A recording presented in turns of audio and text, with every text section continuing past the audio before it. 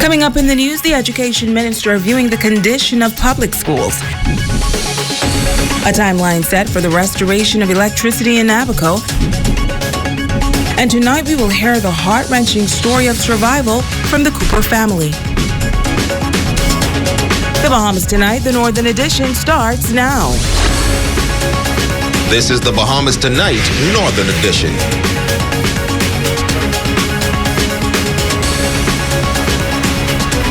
You're watching the Bahamas Tonight, the Northern Edition. Good evening, all. I'm Shoshana Wolf-Farquharson. As always, it is so great to have you with us. Topping news, the majority of public schools reopened on Grand Bahama yesterday, 6 weeks after being battered by Hurricane Dorian. The Education Minister traveling to Grand Bahama today to view those classrooms that were repaired and now in operation. He was able to get a closer look at Maurice Moore and Hugh Campbell Primary Schools, that area set to reopen on Monday. Jamila Mizik has more. Minister of Education, the Honorable Jeffrey Lloyd, and the ministry's leadership team, along with Environmental Health on Grand Bahama, touring and inspecting public schools. We wanted to see school in the first or second day of its opening for the new school year. Let's see how things are going, to provide support for our team, our administrators, our teachers, to encourage students to get a first-hand look and assessment of how our teachers have fared as administrators. You know, we have been here a couple of times before, but this is the first time school is now opening. So get just a handle on where we are, get an update from the principals about what further repairs that may be needed and how we could make sure that, school gets off and remains to, in a way that is hospitable to all concerned, students, staff, administrators, and even parents.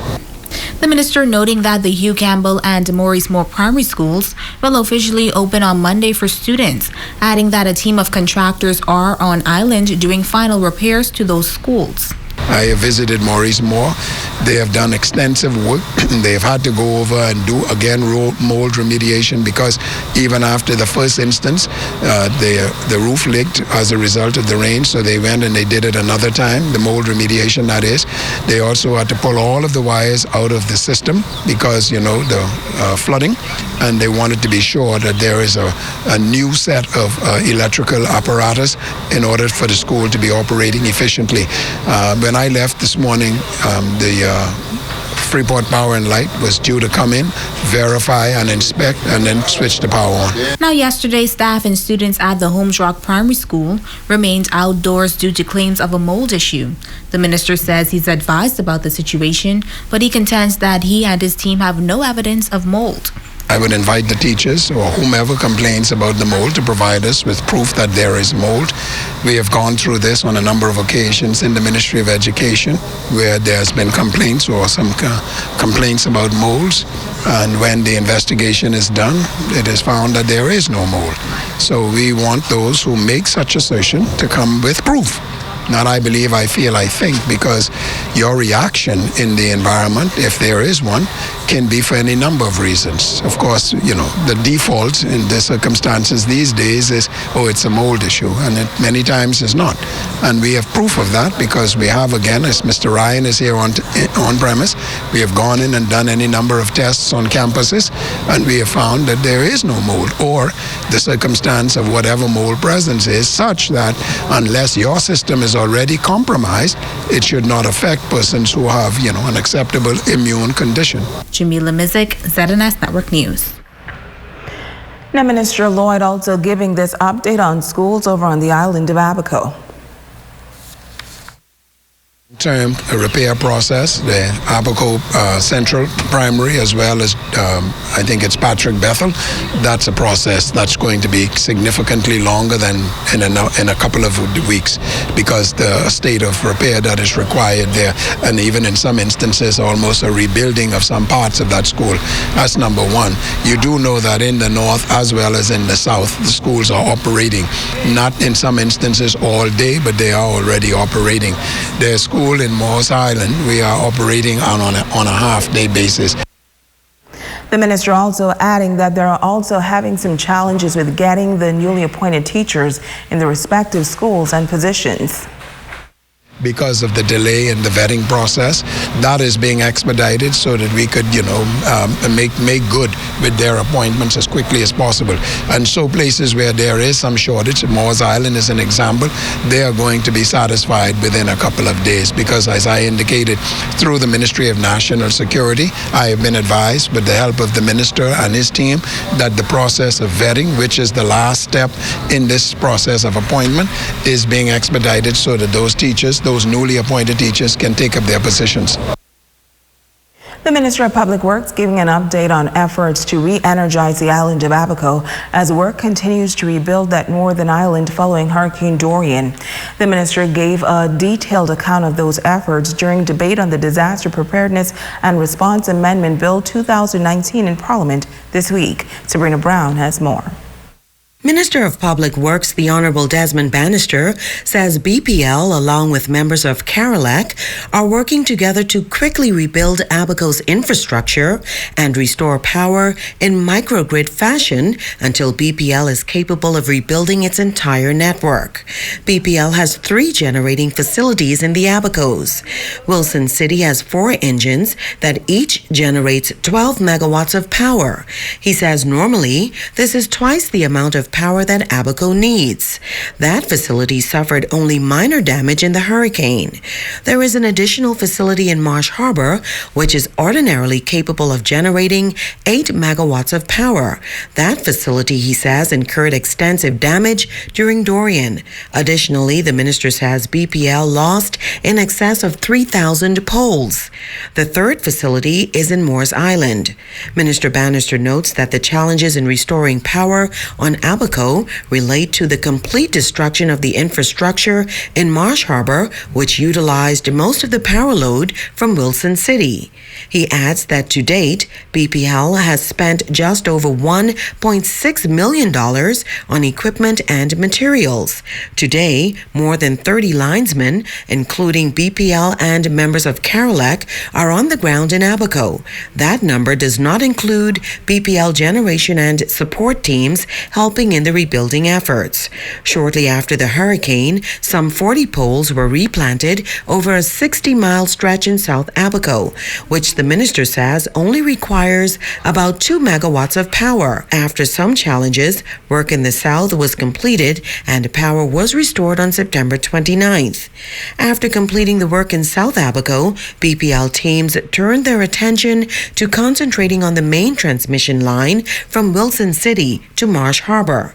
To date, teams are almost at the Marsh Harbor Power Station, which serves as the hub for power distribution throughout Abaco and the Keys. Power should also be restored to the Spring City community in the coming weeks. BPL currently has a 17-man team in the north working to restore the infrastructure from Cooperstown to Crown Haven ahead of repowering by Sunday, November 3rd. Moores Island was repowered 1 week after the storm. Power has been restored to Walker's Key and 75% to Little Grand Key, with 100% power restoration anticipated by the end of this week. BPL anticipates that power can be restored to Green Turtle Key by mid-November. BPL is also working to restore power to Manowar Key and Elbow Key as soon as possible. Minister Bannister says BPL appreciates that the challenges ahead are enormous, but power must be restored throughout the Keys and in Marsh Harbor, and he says wherever possible, renewable solutions will be considered. Sabrina Brown, ZNS Network News. In other news, NEMA getting some additional assistance from the Mission Resolve Foundation. Mission Resolve Foundation purchased 6 reconditioned forklifts of varying lift capacities with a minimum lift of 4,500 pounds, as well as 10 new pallet jacks to be used for Bahamas relief needs. The forklifts will be loaned to NEMA free of charge to unload and deliver as long as necessary. Now, when NEMA no longer needs the forklifts, they will be returned to Mission Resolve Foundation and kept as response asset inventory to be used in future disaster efforts. Mission Resolve is providing an instructor to train and certify NEMA employees as forklift operators.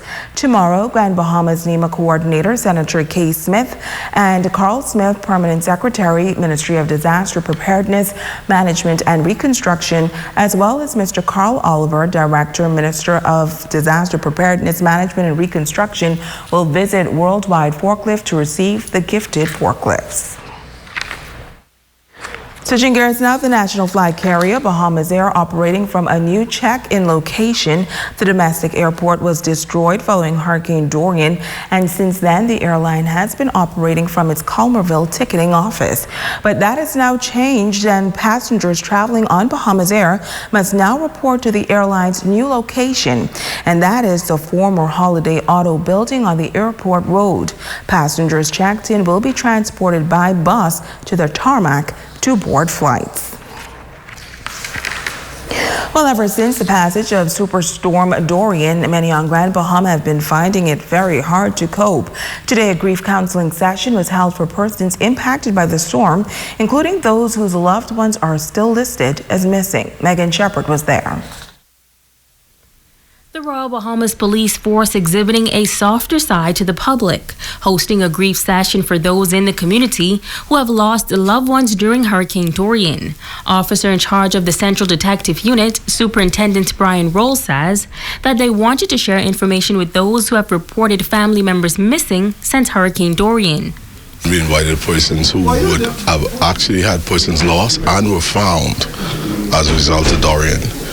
The reason for bringing all these persons together is to try to get the message out there to everybody at the same time. What the police has been doing, what the police will continue to do to try to recover their loved ones. We realize how drastic and painful this is for those persons. And you'll see from the beginning, I was saying we would not stop until we can bring all of those persons home as much as humanly possible. In fact, I said to someone this morning, we have adopted that U.S. Marine left no man behind slogan to make sure that we push until we can bring all of those persons who were being reported missing during the storm back to their loved ones so they can have a proper burial. He says that the police force is a community-minded organization and they wanted to reach out to the public on a more personal level. We have started a very active Facebook page that is being updated as we would have found persons. We bring that into the forefront. We also will inform them that, hey, you can stay up to date on what's going on there. This one is more personal because we can actually reach out to them in a setting like this where we can talk to them direct. Pastor of Life Community Church, Cedric Beckel, says he wants to remind persons of the cycle of grief and that it is okay to experience and to go through those stages. We had to show them that brokenheartedness and sorrow is not foreign to the God that we believe in and the God that we serve. And there's some things only God could heal. And so I want to direct them to that aspect of what God has given us through His Word and through human hands. Also the importance of community. The individual family lives, the individual community lives, whether that's church community or some social club or just friends, the significance of those roles in us moving forward. And if you are fighting depression, speak out or speak to someone who is able to give them good guidance. Keeping it in is the worst thing that they can do.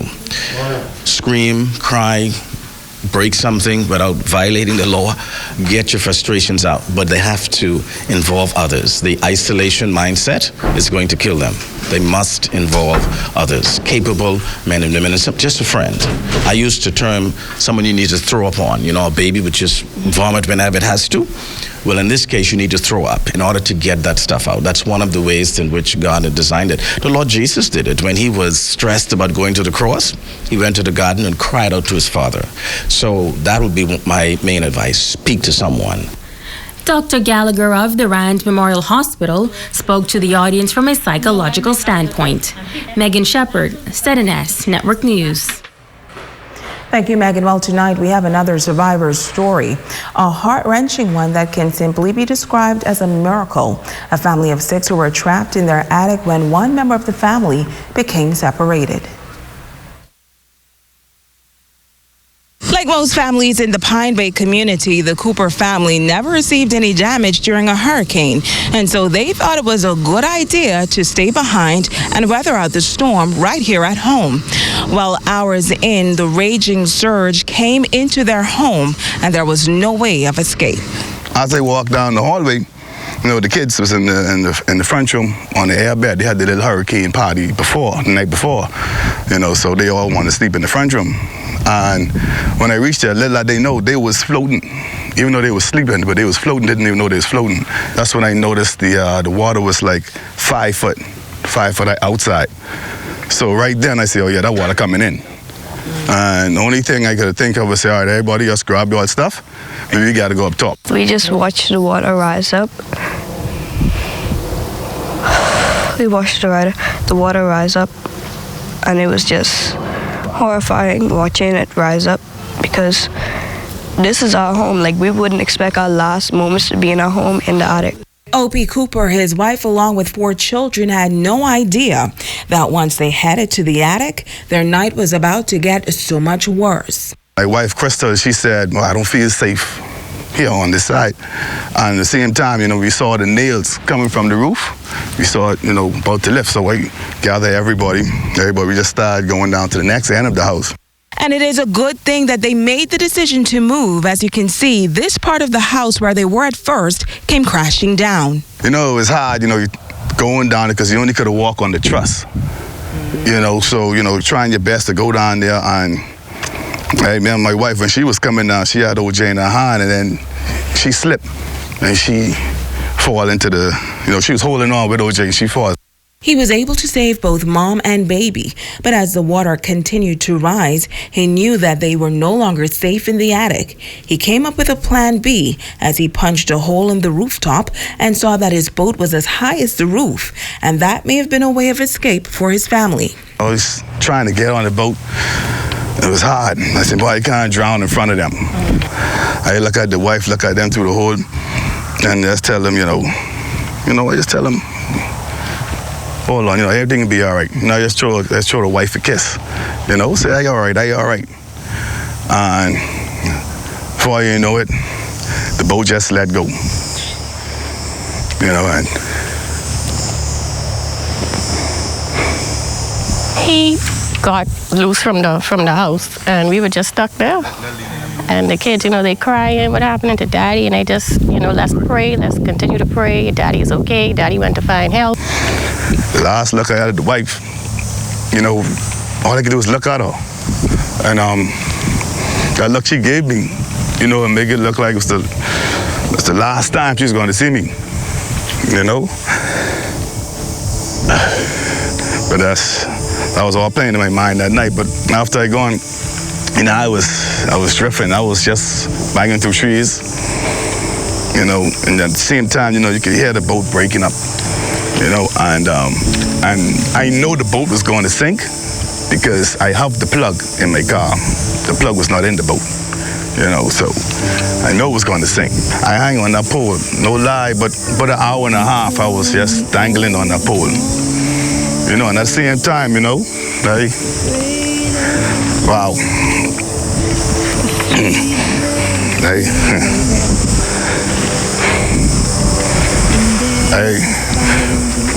I ask God if that's it, if this is it.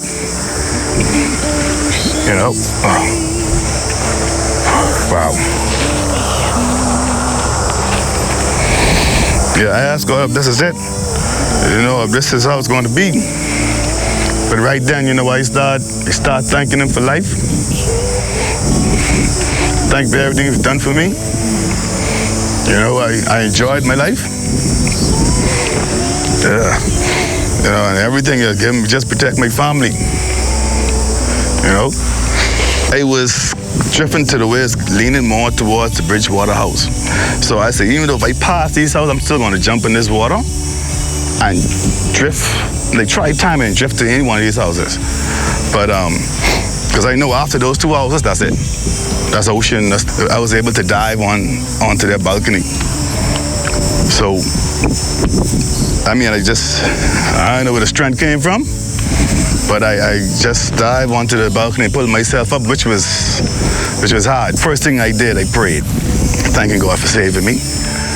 Yeah, and I pray for my family, where you have mercy on this, so have mercy on them, where you guide and protect them through this. When I open the next door, I see this big black dog, you know, so start barking, so I shut that door back and I get in there. I came back out just to look at the weather, and when I came out, that's when I saw, I can't remember his name, Bridgewater. He came out the bathroom door where the dogs was, and when he saw me, all I see is smile, all I see is teeth, you know? I say, hey, you know, I say, hey, are you the rescuer?